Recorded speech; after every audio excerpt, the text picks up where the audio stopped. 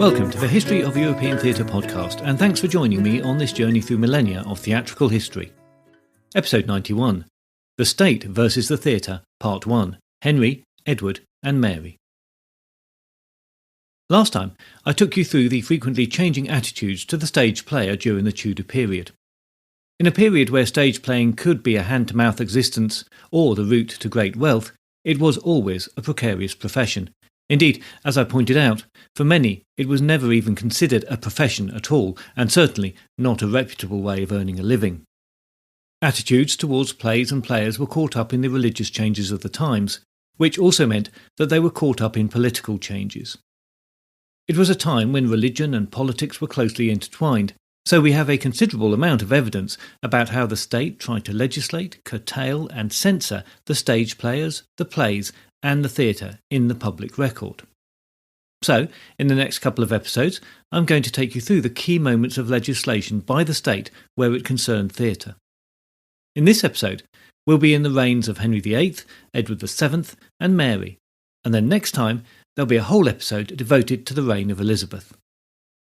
At the beginning of Henry's reign, we are, of course, back in a time before religious reformation took hold, and medieval thoughts and beliefs were still very present. In pre-Reformation England, control of plays was managed by the Church, which held sway over the content of the religious plays. They were written by monks, clerics, and others close to the Church, and they didn't flex their muscles over theological argument. Broadly speaking, they towed the line. Court entertainments were performed under the eye of the Lord Chamberlain, who ensured that rules set out in the House Order books were followed. Plays were rarely printed, and if they were, they came under the same controls that covered book printing. Every book printed was done so with the sovereign's permission. There is very little evidence for direct censorship of books or plays in England, but safe to assume, I think, that there was a lot of self-censorship as part of the creative process. But by the early 16th century, things were changing. Anti-clericalism was a growing issue for the Crown, but one that Henry VIII then used to his advantage when he needed to divorce his first wife Catherine of Aragon in 1529 and marry his second in 1533. Henry was also concerned with asserting his supremacy over the Pope and gaining access to the wealth that flowed from English lands direct to Rome. As I've mentioned before, the complexities of his true motivations and the sincerity of his religious beliefs is still debated, and not for me to add to here, but the effect from a theatrical point of view was that plays became politicised because religion and politics became intertwined. The cycle play, the morality play, and even the saints play could now become a voice for the advancement of the new religion, which Henry would maintain was only a resetting of the old religion in a correct direction. Or equally, they could be used in defence of the old religion. Plays could become overtly polemical in a way that had not been seen since Roman times, where they were used to praise or criticise the movers and shakers of Roman society. Henry had a lot on his mind, and regulation of the theatre doesn't appear to have been particularly high on his list. Up to his death in 1574, regulation of the theatre seems to have been something done more or less at a local level rather than from the centre, and this led to some very contradictory behaviours across the country. There's evidence of suppression of the theatre in Chester and Salisbury, Ipswich, York and London, and a handful of other places. But then the art gets support from the aristocracy generally, and the Lord Chancellor and the Archbishop of Canterbury in particular. Gradually, there was an awakening in central government to the effect the theatre was having.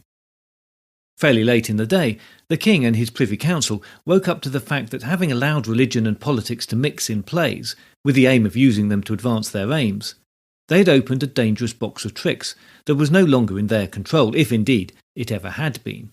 Theatre, they realised, could be used to voice anti-government positions and, by extension, stoke rebellion in the country. I shouldn't overemphasise the role of theatre here. The strongest messages on religious matters still came from the pulpit, this being the age where missing a church service was unthinkable for most of the population, and the Mass was still a mysterious but familiar thing. Changing the content of a cycle play would have been as unthinkable to many as changing the content of the Mass or the priest's vestments, but that was exactly what Henry was doing in the later years of his reign. With the progression of the Reformation, what had been arguments between the king, the pope and their statesmen and ambassadors became changes that directly affected the daily lives of ordinary people, and that was a much harder sell. Saints worshipped for centuries were suddenly demoted, feast days and their associated celebrations removed, monks turned out and their monasteries destroyed. The Mass pronounced in English, not Latin, a move that was by no means universally welcomed. Now, the king and the council needed to control what was expressed as religious opinion among the population, to push through the changes that they were making. It's only in this way that theatre was curtailed. Any command in respect of the theatre that came from the centre was only concerned with the nature of the message being promoted and for potential for a breach of the king's peace that an emotive performance might cause. There doesn't appear to have been any censorship of any other aspect of plays or the theatre. Real changes started early in the 1530s. In 1531, the guild that was running the Corpus Christi plays in Ipswich declared their plays should be laid aside forever. It's not clear if this decision was directly because of the influence of the Reformation or because of the removal of Cardinal Wolsey as Chancellor. He had a college in Ipswich that was suppressed the year before. But the following year, the guild in Chester instigated changes that removed all references to the papal control of their plays. In the announcement of that year's plays, the crossings out for such references can be seen. In 1535, the secretary to the Lord Chancellor wrote a memorandum to the king that suggested that the traditional plays could be used to educate the illiterate masses in the religious reforms. He points out that these plays had been used by the Pope for generations to indoctrinate the population. So why should the same tool not be turned to the promotion of the new ideas? This is the first evidence that we have of the state realising that controlling theatre could be useful. Just a year later, John Bale was writing plays that attacked the Pope, monks, the purchasing of remission of sins, and Catholic dogma in general. Bale, a former Carmelite friar, took up the Reformation with zeal, having renounced his vows, married, and become a parish priest. He was almost certainly recruited by Thomas Cromwell, the King's Chancellor, to spread the message of the Reformation, and he may have directly commissioned Bale's plays King John, Three Laws God Promises, and The Temptations of Our Lord, all produced before 1540, which were in this strong anti-papal, anti-Catholic vein. Bale also organised a travelling troupe to perform the plays and took major roles in them himself. The following year saw the first prosecution of players and promoters of theatre, suggesting that the state was attempting to get a firmer grip on what was to be allowed for public entertainment and education. In Salisbury, 3 ex-priests who had turned their hands to playing were executed, and in London there was at least one example of the keeper of a hall being prosecuted for allowing an interlude to be openly played. Although we lack a lot of documentary evidence about specific events, it's safe to assume that there were other prosecutions too. The situation over the freedoms of what could be presented on stage was concerning enough for the bishop's convocation in February 1542 to petition the king for action. The bishop's concerns were addressed as part of the Act for the Advancement of True Religion, which was passed in 1543, less than a year after the convocation. The Act itself marked a change in the direction of the Reformation. While Thomas Cromwell was Chancellor, the evangelical wing of the reforming movement had the upper hand, with the Conservatives being pushed back from the front line of reform. With Cromwell's fall from grace and execution, the Conservatives were able to take a firmer hand with the King's Council, and the King himself began to favour a more Anglo-Catholic than evangelical position. The Act of 1543 reflects this. Its most significant elements were to restrict the reading of the Bible to clerics, noblemen, and the upper end of the gentry. Everyone else, including women of any standing, were forbidden from reading it. But it was a very wide-ranging act that claimed the true aims of the Reformation had been subverted. It said, "Malicious minds intending to subvert the true exposition of Scripture have taken upon them by printed ballads, rhymes, etc., subtly and craftily to instruct His Highness's people, and specifically the youth of his realm, untruly. For reformation whereof His Majesty considereth it most requisite to purge his realm of all such books, ballads, rhymes, and songs, as be pestiferous and noisome." But it made an exception for all books printed before the year 1540, entitled statutes, chronicles, Canterbury tales, Chaucer's books, Gower's books, and stories of men's lives shall not be comprehended in the prohibition of this Act. In respect of plays specifically, the Act permitted moral plays to be performed as long as they promoted virtue, condemned vice, and did not contradict the interpretation of the Scriptures as set out by the king. If the king hoped that the Act for the Advancement of True Religion would bring clarity and therefore compliance in his lands, then he was to be disappointed. Passing a law is one thing, enforcing it is another, and we have a lot of details about one example in particular of how difficult enforcement could be, and it involved some of the king's closest advisers.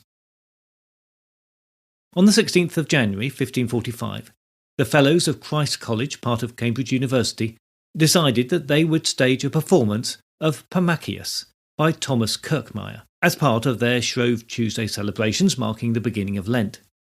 This play was written in Latin in 1538 and was probably presented at Cambridge in a translation by John Bale.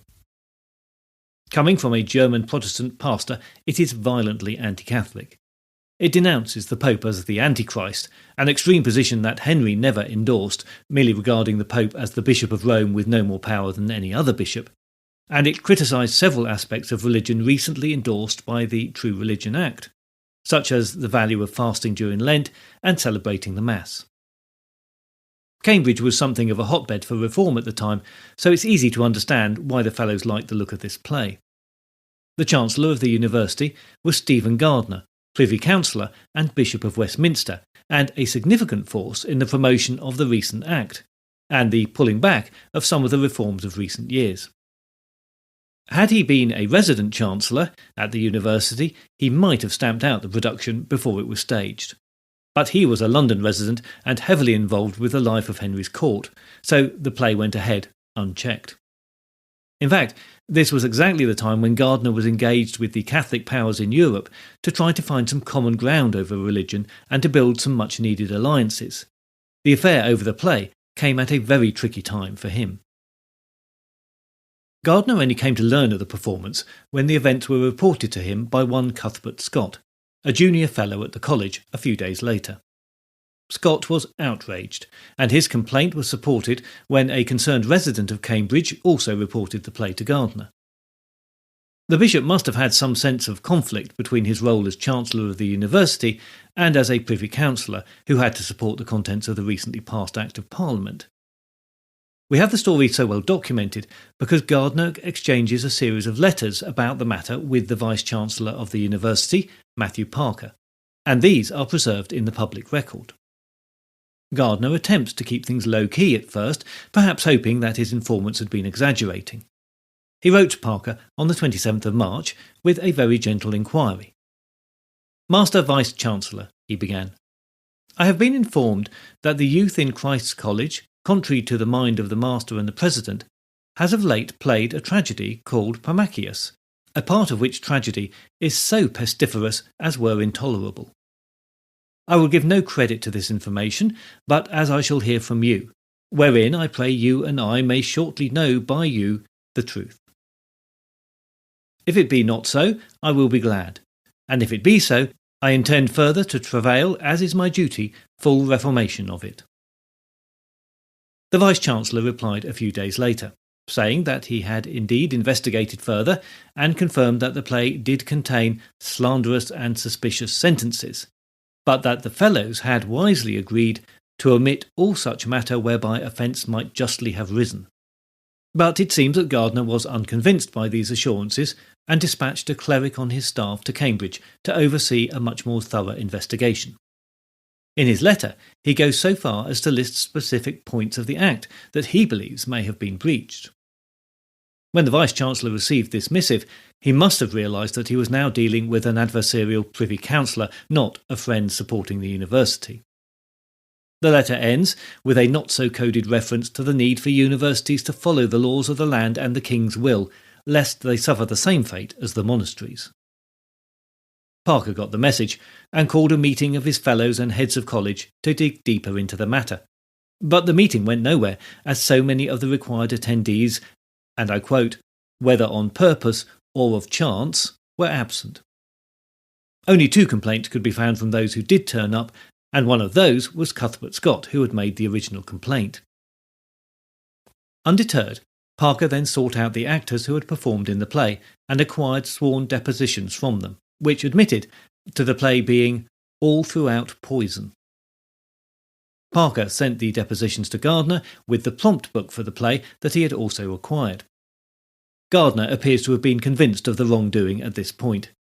In his reply, saying that the prompt book confirmed an abundant proof of lewdness, and in the same letter wondering how it is that nobody in authority at the university didn't come to take action against those concerned with the production.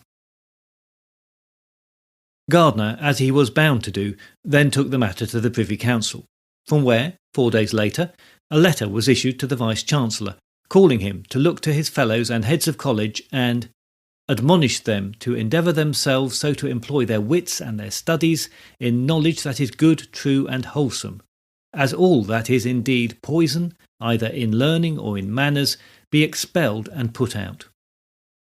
And no such matter, either in play or earnest, to be moved or meddled with, as should offend the laws and the quiet of this realm. So as you that be there assembled and under the King's Majesty special protection be maintained to live quietly for the increase of virtue and learning, do also in your manner and behaviour practice rest and quietness, and exclude all occasions that might impeach the same. Actually, by Privy Council standards, quite a gentle telling off when you consider that the council was dominated by Conservatives at the time. It's thought that the council took the view that the play had not led to any serious unrest at the university or in the town, and that it was best to move on as swiftly as possible. It's assumed that Gardner fought the university's corner in council and successfully deflected any attempts for more serious censure. But he then closed off the matter with one further letter to Parker. He said, "The event itself shows that all proper defence has died amongst you. Your own men divide your own affairs in your own precincts." And he continues in a similarly severe tone for several pages. The letter was written in Latin, and that would have left Parker in no doubt that this was an official communication from the court and that he had better watch himself in future. In London, there are indications that this was a time that there was a proliferation of playing and that new laws were being tested. A declaration by the alderman of the Guildhall there in 1545 banned performances of all contentious plays and interludes.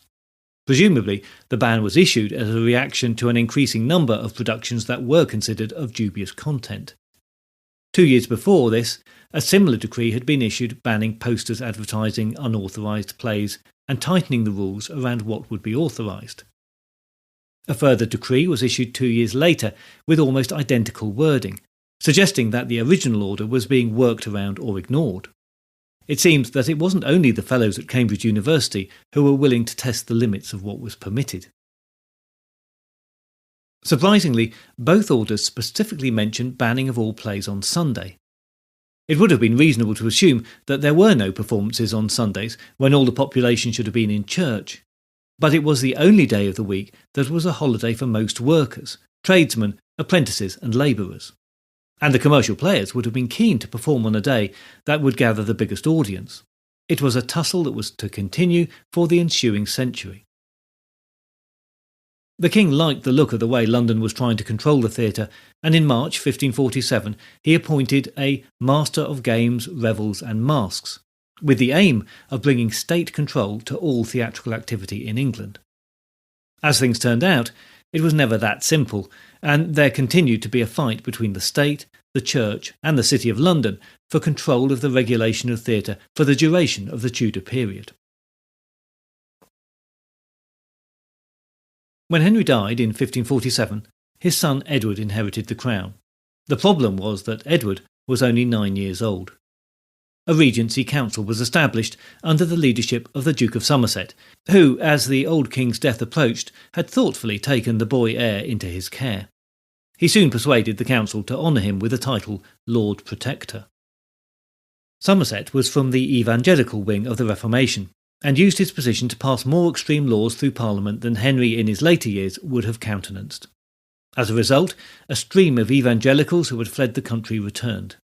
Henry's Act for the Advancement of the True Religion was repealed, many saints' days were deleted from the calendar, and this is the point at which the Corpus Christi feast day, the day around which the old cycle play celebrations were focused, was abolished. In 1549, the use of the liturgy of the Mass in English became mandatory. The theatre got caught up in these reforms, but changes here were very much part of the wider religious changes, rather than being a reaction to specifically theatrical concerns. The Charities Act dissolved the charitable guilds. Without their guidance and care, and indeed their charitable need, the centuries-old tradition of the cycle plays was forced to come to an end, although not without some unrest as a direct result. The Act for the Uniformity of Service and Administration of the Sacraments was passed through Parliament in 1549. It sought to enforce the use of the English Bible and the Book of Common Prayer. It included a reference to the expected behaviour of stage players and other entertainments. The relevant passage of the Act reads, "And it is ordained and enacted by the authority above said, that any person or persons whatsoever, after the said feast of Pentecost next coming, shall in any interludes, plays, songs, rhymes, or by other open words, declare or speak anything to the derogation, depraving, or despising of the same book, or of anything therein contained, or any part thereof." And then the following fines are listed. £10 for the first offence, 20 for the second and the threat of the removal of goods, and the rest of your life in prison for the third. Even without this last threat, the fines themselves were severe and clearly pitched to give a strong deterrent. 2 months later, in August 1549, a proclamation was issued banning all theatrical performances from the 9th of August until the following All Saints' Day on November the 1st. Although issued in the King's name, the proclamation was drafted and passed through the Privy Council by Suffolk and the Conservatives. Its stated aim was to prevent any discord in the realm that might be caused by the proliferation of common players, who, the Act said, do for the most part play such interludes as contain matter tending to sedition and condemning of sundry good orders and laws, whereupon are grown, and daily are like to grow and ensue, much disquiet, division, tumults, and uproars in this realm. 18 months later, the Council felt it necessary to issue a second proclamation on the subject, from which we can infer that the original proclamation was being ignored or worked around to some degree. The majority of the second degree was a general appeal to the populace to live in harmony with their neighbours and keep to the enacted religious observances. But it ends with some strong words for the players and those who frequent the theatre. It specifically calls on plays and players not to create tales touching on the king, his council or his court. It also calls on all booksellers and printers of plays not to issue anything that might cause disquiet in the kingdom, on pain of a fine and imprisonment without bail. Any questionable printed plays had to be reviewed by 6 Privy Council members and authorised by their seals and signatures. The performances of plays is also mentioned. Plays in English were not to be performed without the permission of the King, which again had to be obtained through the approval of 6 Privy Councillors. This is the start of preemptive censorship in the English theatre, something that would continue in various more or less severe forms until 1968. But back in 1551, the Privy Council hadn't done with players yet. In June that year, the Privy Council wrote to the Marquis of Dorset, instructing him that the players he maintained were licensed only to perform in his home and were not, from then on, permitted to travel through the country. Having introduced the censorship of plays, both on stage and in printed form, a practical solution to enforce the rules had to be devised. Realistically, the Privy Council and the King didn't have time or the inclination to be reading plays themselves, with the inevitable back and forth over proposed cuts and the like. Through 1552, the Council mulled over the issues of who was best placed and trustworthy enough to take on this role. They sought advice, and received some from the leading Protestant thinkers, whose best suggestion was that a committee of some sort was required, and it would have to be made up of men with an outstanding knowledge of this type of literature and the teaching of the English Church. But the matter remained unresolved as the king became ill in February 1553 and everybody's focus turned to the succession. Although the king lingered until June that year, he was seriously ill for months, and then, with his death, everything changed. The legitimate heir was Edward's half-sister Mary, Henry's daughter by Catherine of Aragon. But she was a Catholic, and the Protestant Duke of Northumberland had persuaded the dying king to exclude her from the succession, a legal change that meant that Henry's other daughter Elizabeth was also excluded. This placed Northumberland's daughter-in-law, Lady Jane Grey, great-granddaughter of Edward VII, as first in line to the throne. Her tenure lasted only 12 days, her fate being sealed once the Privy Council switched their allegiance to Mary. Lady Jane was executed for treason in February 1554, along with her key supporters and the real powers behind what was, in all but name, a political coup d'état. Mary was well known to have maintained her Catholic faith, and the Privy Council were inclined to reverse much of Edward's religious legislation, short of recognising the supremacy of the Pope and restoring the monasteries. Mary's initial proclamations were more concerned with keeping the peace than restoring Catholicism, but that didn't last long. A hint of what was to come was seen in the 1553 proclamation, which opens with words of toleration and forgiveness, but then singles out those who interpret the word of God after their own brain. It said, "And also by playing of interludes and printing false-found books, ballads, rhymes, and other lewd treatises in the English tongue, concerning doctrine in matters now in question and controversy, touching the high points and mysteries of the Christian religion, which books, ballads, rhymes, and treatises are chiefly by the printers and stationers set out for the sale of her Grace's subjects, of an evil zeal for lucre and covetousness of vile gain." Now these are actually tighter rules than those issued by Edward. The reference to printers and stationers doesn't just mean printers and sellers of the written word in general, but the Printers and Stationers Company in particular. As all printed plays and manuscript prompt books to be used in public performance were controlled by the Printers and Stationers Company, the inclusion meant that now the Crown had the right to review and therefore censor any plays or prompt books to be used in public before they were published or approved for use. The next couple of years were eventful at court, to say the least. The Queen, from her own volition or at the behest of her council, sought the hand of Philip II of Spain, and they were married in July 1554, despite the union causing considerable unrest amongst the Protestant community across the country. The concern was not so much for the fear of the country becoming an outpost of Spain. Parliament had steadfastly refused to alter the rules for the succession, but as a lingering anger at the Spanish treatment of Protestants in the Spanish Netherlands. However, there is no hint that theatre played a part in this unrest until 1555. By then, Mary's veneer of toleration had gone, and the burning of heretics had begun. Any writer of Protestant propaganda for the stage would have had a death wish to have work performed at this time. In fact, there is only one play of anti-Protestant sentiment that survives from this period, implying that political religious plays were just too dangerous to handle, whatever their viewpoint. That was an interlude called Respublica, and performed at court in Christmas 1553 by a troupe of boy actors. The play is credited by some to Nicholas Udall, a playwright we will come across again later in the season.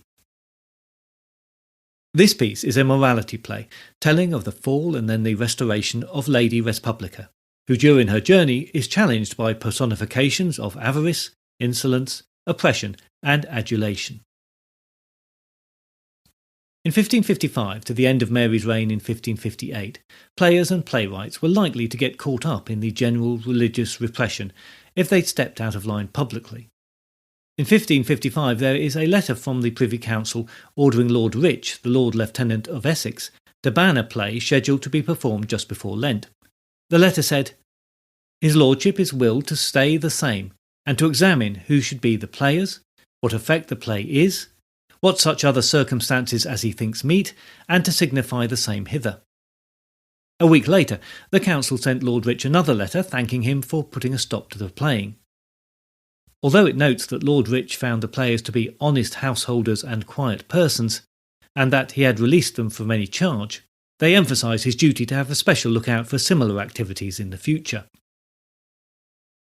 In May 1556, there was a general order issued against players and pipers strolling through the kingdom, dissembling seditions and heresies. And again, it seems fair to assume this order was issued because there was a perceived problem with players doing exactly that. We know for sure that it was breached in 1557 when the Privy Council were made aware of a troop in the service of Sir Francis Leake. They had been touring a play in Yorkshire that was reported to be seditious, probably relating to the matter of Mary's marriage to Philip. The council sent a letter of the utmost urgency to the Lord President of the North, requiring the arrest of the players. There was a similar message sent out about other troops in London, Kent and Essex, so despite the evidence of the official proclamations, it seems likely that locally and quietly religious political theatre was still present, and the government was very concerned about the potential for theatre to stir up the people. In 1558, Mary thought she was pregnant, but no baby arrived, and by May she was weak and ill, probably suffering from ovarian cysts or cancer. Accepting that she would never produce an heir, she recognised her half-sister Elizabeth. She died that November, probably finally taken off by the influenza epidemic that ran through London that winter. Because of the glories of the Elizabethan stage, it's easy to forget about the influence of the theatre in the preceding decades. But as I hope I've shown here, the state was periodically very concerned with the activities of players and the influence that they might have over a population that was still largely illiterate, but were well versed in interpreting messages and ideas conveyed from the stage. Henry, Edward and Mary may have had little direct interest in the theatre, but they and their advisers remained troubled by it at a time when they were trying to enforce fundamental changes on the society they ruled.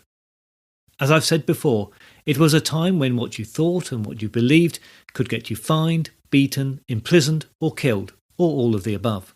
It is something brought home, despite the passage of time, when you read a contemporary diary entry, 22nd of December 1557, that reports the burning of 2 people at Smithfield in London, a woman burned for heresy, and Sir John Ruff for acting the part of a friar in a historical but apparently seditious play. Inevitably, stage playing struggled given the risks involved. Next time, we continue the story of the state versus the theatre with the reign of Elizabeth, which is, of course, the golden age of Tudor theatre, but still a period where the state remained concerned about the power of the stage. In the meantime, please join the Facebook page or group or find us on Instagram or Twitter to keep up to date with the podcast and other theatre-related stuff.